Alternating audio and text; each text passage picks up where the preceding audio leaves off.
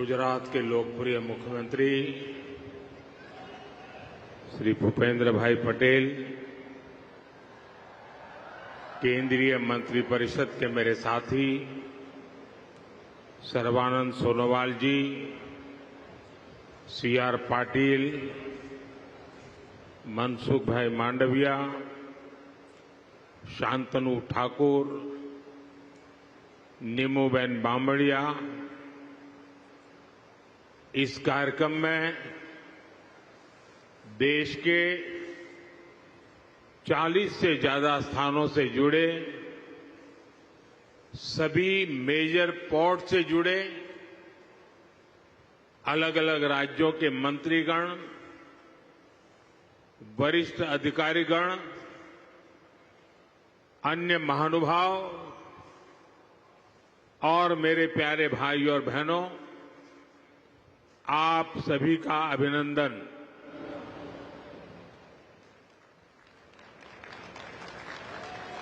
આપણા ભાવેણા ભાવનગરે તો આજે વટ પાડી દીધો. હા, હવે કરંટ આવ્યો.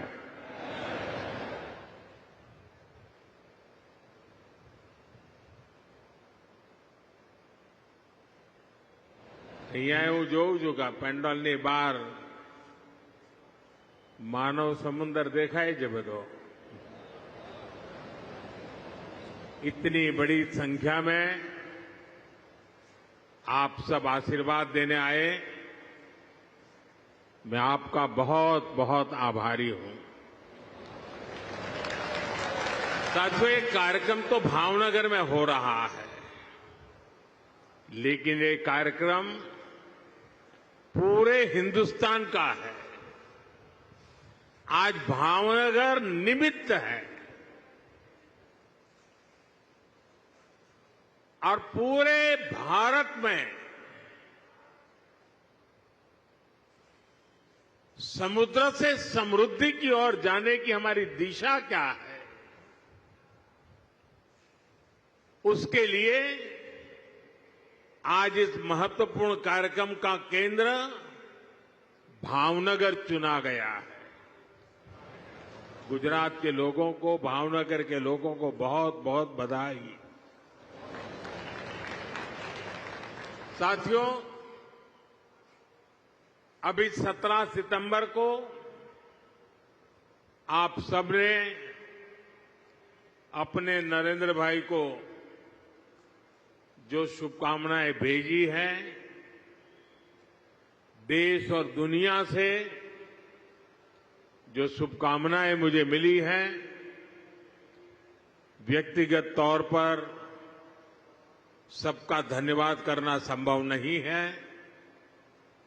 लेकिन भारत के कोने कोने से और विश्व भर से ये जो प्यार मिला है, ये जो आशीर्वाद मिले हैं,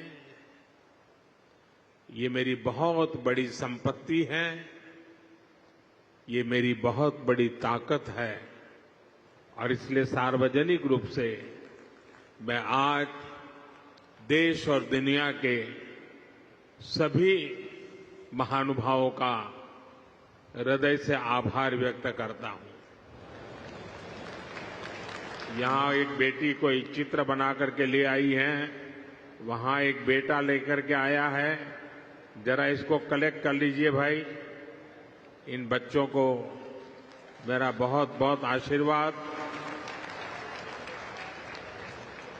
थैंक यू। जो लोग लाए हैं, मैं आपके प्यार के लिए मैं आपका आभारी हूं। आपने इतनी मेहनत की, धन्यवाद जी, धन्यवाद बेटा। थैंक यू दोस्त। साथियों, विश्वकर्मा जयंती से लेकर गांधी जयंती तक, यानी 17 सितंबर से 2 अक्टूबर तक पूरे देश में लाखों लोग सेवा पखवाड़ा मना रहे हैं। मुझे बताया गया है कि गुजरात में भी अभी तो 15 दिन का सेवा पखवाड़ा है, लेकिन पिछले 2-3 दिनों में सेवा पखवाड़े के दौरान बहुत से कार्यक्रम हुए। सैकड़ों जगह पर ब्लड डोनेशन कैंप लगे और इनमें 1 लाख लोग अब तक ब्लड डोनेट कर चुके हैं। ये सिर्फ मुझे जो गुजरात की जानकारी मिली वो बता रहा हूं मैं। अनेक शहरों में सफाई अभियान चलाए गए। लाखों लोग इन सफाई अभियानों में भी साथ आए। राज्य में 30,000 से ज्यादा जगहों पर यह आंकड़ा बहुत बड़ा है। हेल्थ कैंप लगाए हैं जहां लोगों को जांच और उपचार की मदद की जा रही है। खास करके महिलाओं के स्वास्थ्य को केंद्र में रखा गया है। देश भर में सेवा कार्यों से जुड़े हर किसी का मैं अभिनंदन करता हूं, उनका आभार व्यक्त करता हूं। साथियों, आज इस आयोजन में मैं सबसे पहले कृष्ण कुमार सिंह जी का पुण्य स्मरण करता हूं। सरदार साहब के मिशन से जुड़ते हुए उन्होंने भारत की एकता के लिए बहुत बड़ा योगदान दिया। आज ऐसे ही महान देशभक्तों की प्रेरणा से हम भारत की एकता को मजबूत कर रहे हैं। एक भारत श्रेष्ठ भारत की भावना को मजबूत कर रहे हैं। साथियों, आज मैं ऐसे समय में भावनगर आया हूं जब नवरात्र का पावन पर्व शुरू होने वाला है। इस बार जीएसटी में कमी की वजह से बाजारों में रौनक भी और ज्यादा रहने वाली है और ये उत्सव के इसी माहौल में आज हम समुद्र से समृद्धि का महा उत्सव मना रहे हैं। ભાવનગરના ભાઈઓ મને માફ કરજો, મારે હિન્દીમાં એટલા માટે બોલવું પડે છે કે દેશભરના લોકો આમાં જોડાયેલા છે। દેશભરના લાખો લોકો જ્યારે કાર્યક્રમમાં જોડાયા છે તો આપની ક્ષમા માંગીને મારે હિન્દીમાં જ વાત કરવી રહી। साथियों, 21वीं सदी का भारत आज समुद्र को बहुत बड़े अवसर के रूप में देख रहा है। थोड़ी देर पहले यहां पोर्ट लेड डेवलपमेंट को गति देने के लिए हजारों करोड़ रुपए के प्रोजेक्ट का शिलान्यास और उद्घाटन किया गया है। देश में क्रूज टूरिज्म को प्रमोट करने के लिए आज मुंबई में इंटरनेशनल क्रूज टर्मिनल का भी लोकार्पण किया गया है। भावनगर के, गुजरात के विकास से जुड़े अनेक प्रोजेक्ट्स भी शुरू हुए हैं। मैं सभी देशवासियों को और गुजरात के लोगों को भी बहुत बहुत शुभकामनाएं देता हूं। साथियों, भारत आज विश्व बंधु की भावना से आगे बढ़ रहा है। दुनिया में हमारा कोई बड़ा दुश्मन नहीं है। सच्चे अर्थ में अगर हमारा कोई दुश्मन है तो वो है दूसरे देशों पर हमारी निर्भरता, यही हमारा सबसे बड़ा दुश्मन है। और हमें मिलकर भारत के इस दुश्मन को निर्भरता वाले दुश्मन को हराना ही होगा। हमें ये बात हमेशा दोहरानी है,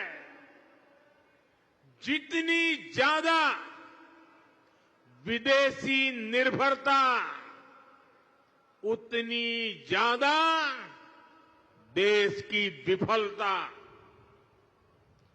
विश्व में शांति, स्थिरता और समृद्धि के लिए दुनिया की सबसे बड़ी आबादी वाले देश को आत्मनिर्भर बनना ही होगा।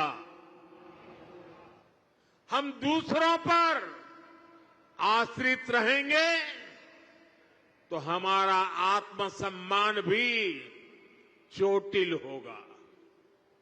140 करोड़ देशवासियों के भविष्य को हम दूसरों पर नहीं छोड़ सकते।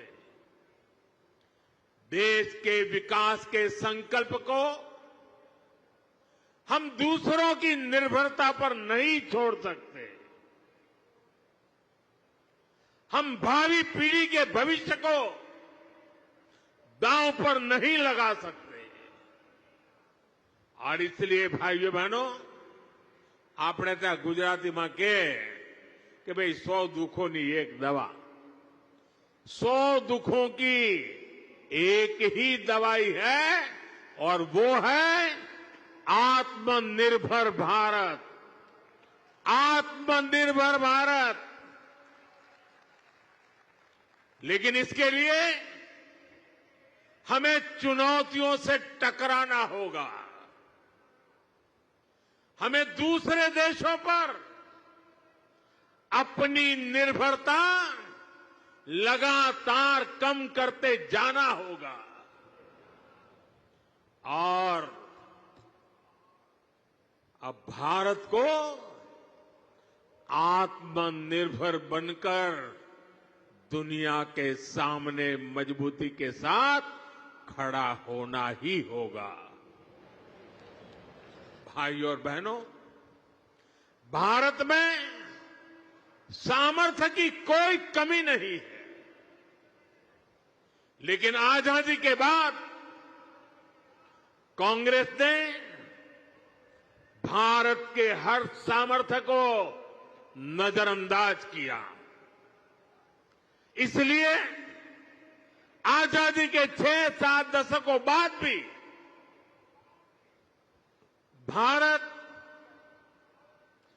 वो सफलता हासिल नहीं कर पाया जिसके हम हकदार थे। इसके 2 बड़े कारण रहे। लंबे समय तक कांग्रेस सरकार ने देश को लाइसेंस कोटा राज में उलझाए रखा। दुनिया के बाजार से अलग थलग रखा। और फिर जब ग्लोबलाइजेशन का दौर आया तो सिर्फ इंपोर्ट का ही रास्ता पकड़ लिया गया और उसमें भी हजारों लाखों करोड़ों के घोटाले कर दिए गए। कांग्रेस सरकारों की नीतियों ने देश के नौजवानों का बहुत नुकसान किया। इन नीतियों ने भारत की असली ताकत को सामने आने से रोक दिया। साथियों, देश का कितना नुकसान हुआ है, इसका एक बहुत बड़ा उदाहरण हमारा शिपिंग सेक्टर है। आप भी जानते हैं कि भारत सदियों से दुनिया की एक बड़ी समुद्री ताकत था। हम दुनिया में शिप बिल्डिंग के सबसे बड़े सेंटर हुआ करते थे। भारत के तटीय राज्यों में बने जहाज देश और दुनिया के व्यापार कारोबार को गति देते थे। यहां तक कि आज से 50 साल पहले तक भी हम भारत में बने जहाजों का उपयोग करते थे। उस दौर में भारत का 40% 40% से अधिक इंपोर्ट एक्सपोर्ट देश में ही बने जहाजों से होता था। लेकिन फिर देश का शिपिंग सेक्टर भी कांग्रेस की कुनीतियों का शिकार हो गया। कांग्रेस ने भारत में जहाज निर्माण पर जोर देने के बजाय विदेशी जहाजों को किराया भाड़ा देना बेहतर समझा। इससे भारत में शिप बिल्डिंग इकोसिस्टम ठप हो गया। विदेशी जहाजों पर निर्भरता यह हमारी मजबूरी बन गया। परिणाम यह हुआ कि 50 साल पहले जहां 40% व्यापार भारतीय जहाजों पर होता था, वो हिस्सा घटकर सिर्फ 5% रह गया। यानी अपने 95% ट्रेड के लिए हम विदेशी जहाजों पर निर्भर हो गए। विदेशी जहाजों पर इस निर्भरता का हमें बहुत बड़ा नुकसान उठाना पड़ा। साथियों, में आज देश के सामने कुछ आंकड़े आप सबके सामने रखना चाहता हूं। देशवासी ये जानकर हैरान रह जाएंगे कि आज भारत हर साल करीब $75 बिलियन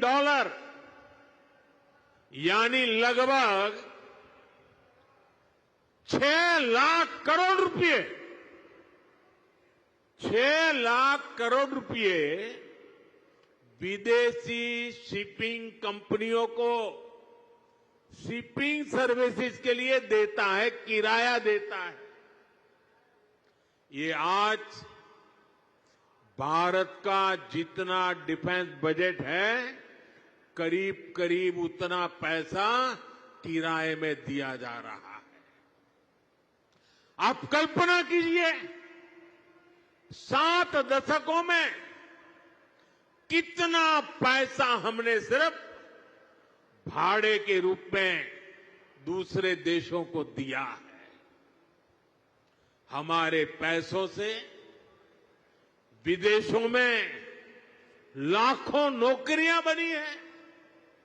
सोचिए, इतने सारे पैसे का अगर एक छोटा सा हिस्सा भी अगर पहले की सरकारें अपनी शिपिंग इंडस्ट्री पर लगाती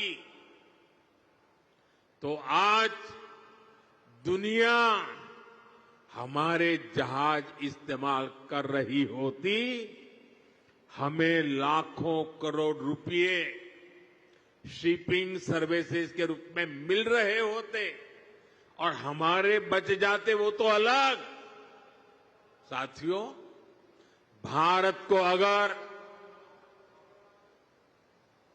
2047 जब देश की आजादी के 100 साल होंगे, 2047 तक विकसित होना है, तो भारत को आत्मनिर्भर होना ही होगा। आत्मनिर्भर होने के अलावा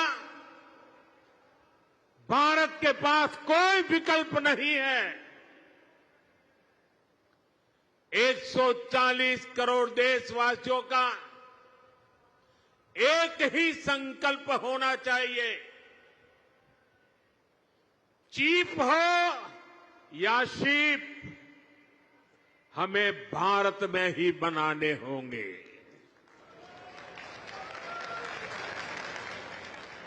इसी सोच के साथ आज भारत का मैरीटाइम सेक्टर भी नेक्स्ट जनरेशन रिफॉर्म्स करने जा रहा है।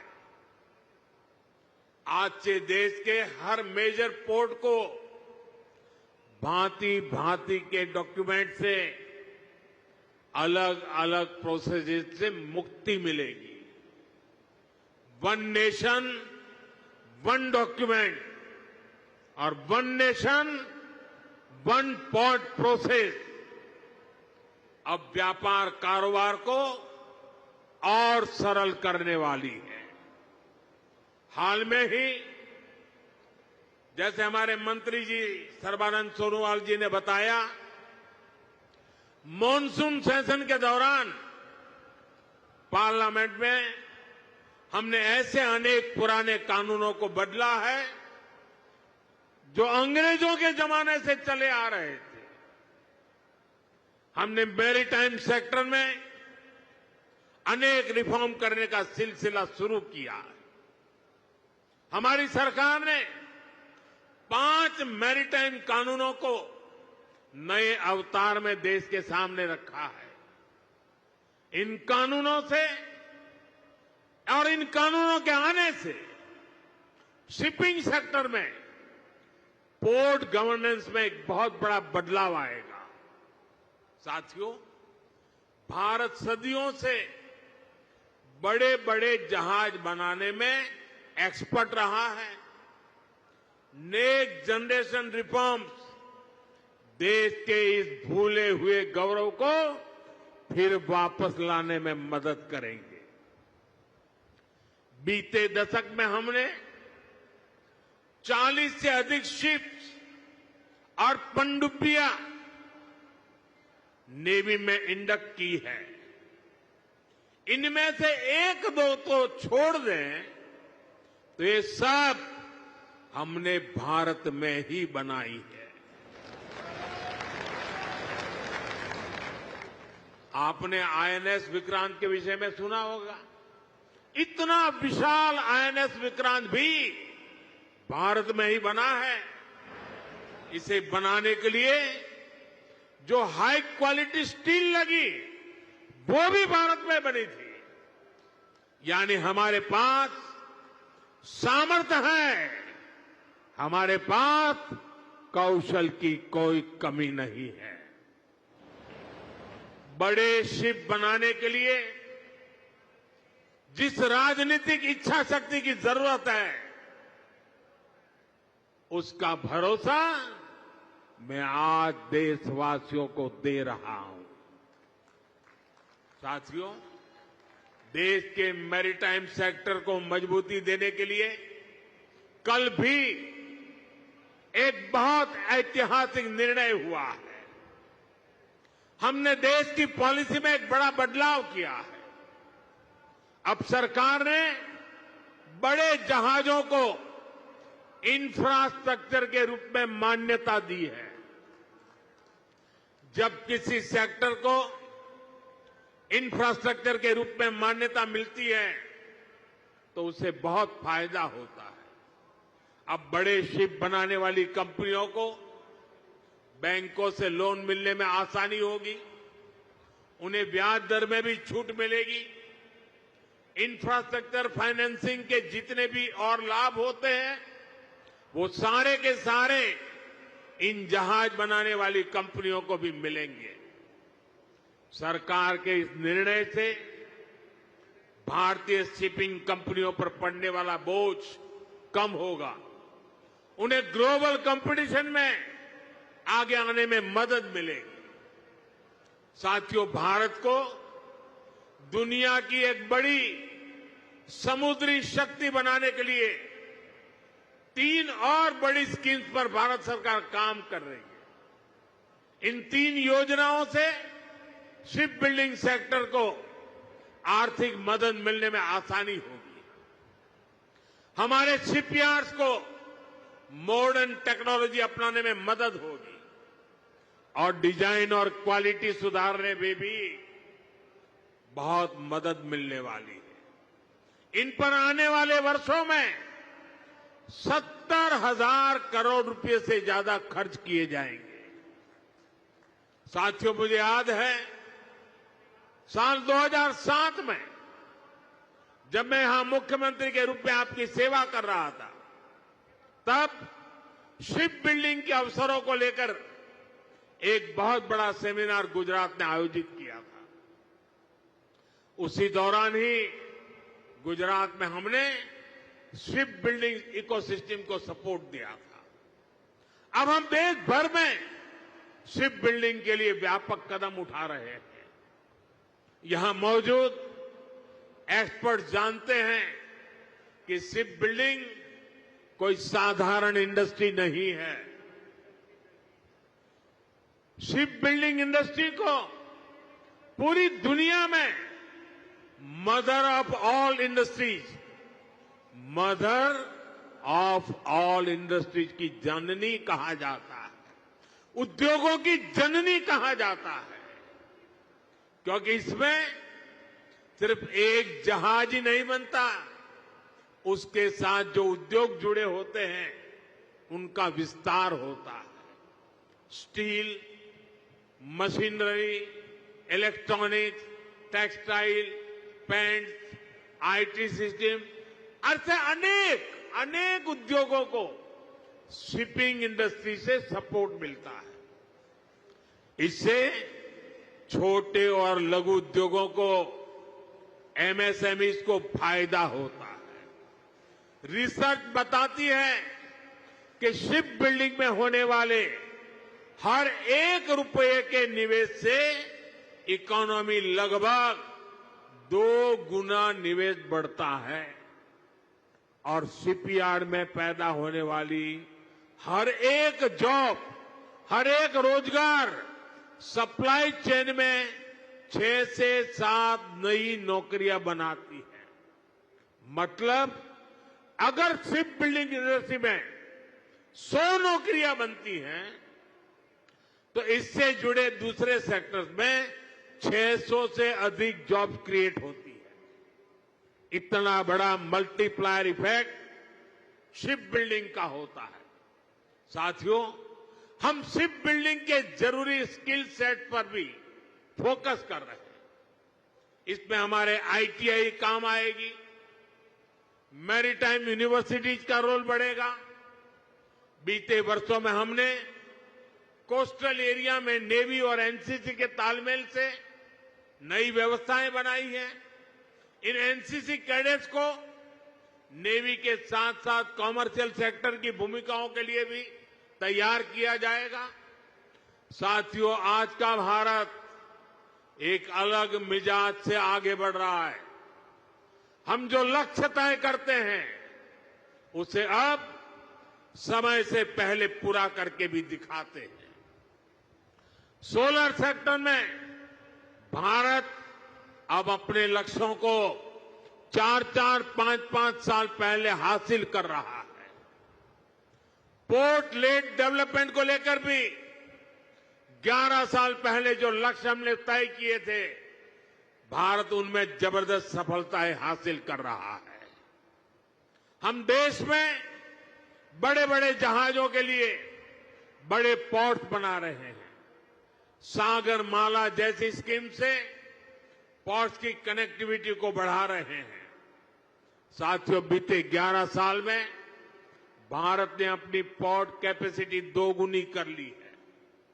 2014 से पहले भारत में शिप टर्न अराउंड टाइम औसतन 2 दिन होता था। अब आज भारत में शिप टर्न अराउंड टाइम 1 दिन से भी कम हो गया है। हम देश में नए और बड़े पोर्ट्स का निर्माण भी कर रहे हैं। हाल में ही केरला में देश का पहला deep water container transshipment port शुरू किया है। 75,000 करोड़ से ज्यादा की लागत से महाराष्ट्र में वाढवण पोर्ट बन रहा है। ये दुनिया के टॉप 10 पोर्ट्स में से एक होगा। साथियों, आज समुद्री रास्ते से होने वाले ट्रेड में भारत का हिस्सा सिर्फ 10% है। हमें इसे और बढ़ाना है। हम 2047 तक दुनिया के समुद्री व्यापार में अपनी हिस्सेदारी को लगभग 3 गुना तक बढ़ाना चाहते हैं और ये हम करके दिखाएंगे। साथियों, जैसे जैसे हमारा समुद्री व्यापार बढ़ रहा है तो हमारे समुद्री नाविकों यानी सी फेरर्स की संख्या भी बढ़ रही है। ये वो मेहनती प्रोफेशनल्स हैं जो समंदर में जहाज चलाते हैं, इंजन और मशीनरी संभालते हैं, लोडिंग अनलोडिंग का काम देखते हैं। 1 दशक पहले हमारे यहां सी फेरर्स से 1.25 लाख से भी कम थे, लेकिन आज इनकी संख्या 3 लाख के पार पहुंच चुकी है। आज भारत दुनिया के टॉप 3 देशों में आ गया है जो सबसे ज्यादा सी फेरर दुनिया को उपलब्ध कराता है और इससे भारत के नौजवानों को रोजगार के अवसर बढ़ते हैं। यानी भारत की बढ़ती शिप इंडस्ट्री दुनिया की ताकत भी बढ़ा रही है। साथियों, भारत की एक समृद्ध समुद्री विरासत है। हमारे मछुआरे, हमारे प्राचीन पोर्ट सिटी इस धरोहर के प्रतीक है। हमारा ये भावनगर, ये सौराष्ट्र इसका एक बहुत बड़ा उदाहरण है। इस विरासत को हमें भविष्य की पीढ़ी तक पहुंचाना है। दुनिया को हमारा सामर्थ्य दिखाना है और इसलिए लोथल में हम एक शानदार मैरीटाइम म्यूजियम बना रहे हैं और ये भी दुनिया का सबसे बड़ा मैरीटाइम म्यूजियम बनेगा। स्टैच्यू ऑफ यूनिटी की तरह भी ये भारत की नई पहचान बनेगा। थोड़ी देर बाद मैं आज वहां भी जा रहा हूं। साथियों, भारत के समुद्री तट भारत की समृद्धि के प्रवेश द्वार बनेंगे और मैं बड़े गर्व के साथ और मैं दूर तक का देख सकता हूं कि भारत के समुद्री तट भारत की समृद्धि के प्रवेश द्वार बनने वाले हैं। मुझे खुशी है कि गुजरात की एक कोस्टलाइन भी एक बार फिर यहां के लिए वरदान बन रही है। आज ये पूरा क्षेत्र देश को पोर्ट लेड डेवलपमेंट का नया रास्ता दिखा रहा है। आज देश में समंदर के रास्ते जितना कार्गो आता है उसका 40% गुजरात के पोर्ट्स हैंडल करते हैं। अब इन पोर्ट्स को डेडिकेटेड फ्रेट कॉरिडोर का भी फायदा मिलने वाला है। इससे देश के दूसरे हिस्सों तक तेजी से सामान पहुंचाना आसान होगा। इससे पोर्ट्स की एफिशिएंसी भी और अधिक बढ़ेगी। साथियों, यहां शिप ब्रेकिंग का भी एक बड़ा इकोसिस्टम बन रहा है।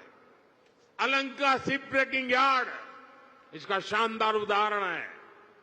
इससे भी यहां बड़ी संख्या में नौजवानों को रोजगार मिल रहा है। साथियों, विकसित भारत के लिए हमें हर क्षेत्र में, हर सेक्टर में तेजी से काम करना है और हम सब जानते हैं कि विकसित भारत का रास्ता आत्मनिर्भर भारत से होकर जाता है।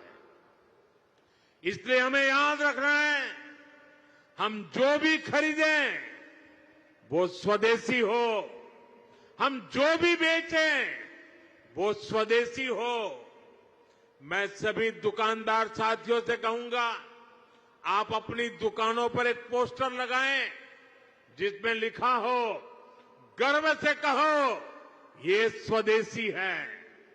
हमारा ये प्रयास हमारे हर उत्सव को तो भारत की समृद्धि का महोत्सव बना देगा। इसी भावना के साथ आप सभी को नवरात्रि की एक बार फिर से शुभकामनाएं देता हूं। एक छोटा बालक चित्र बना करके लाया है, कब से खड़ा है, उसके हाथ दुखते होंगे, कोई जरा इसको कलेक्ट करे। छोटा सा बालक है, शाबाश बेटे।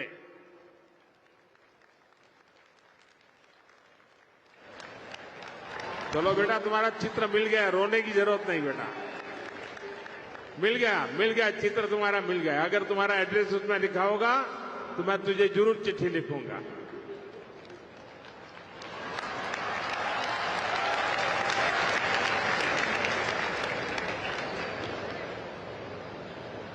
साथियों, ये छोटे छोटे बच्चों का प्यार, इससे बड़ी जीवन की पूंजी क्या हो सकती है।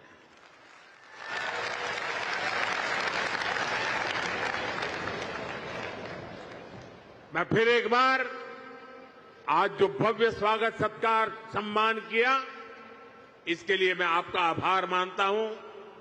और मुझे मालूम है, जब ऑपरेशन सिंदूर हुआ तो पूरा भावनगर मैदान में था।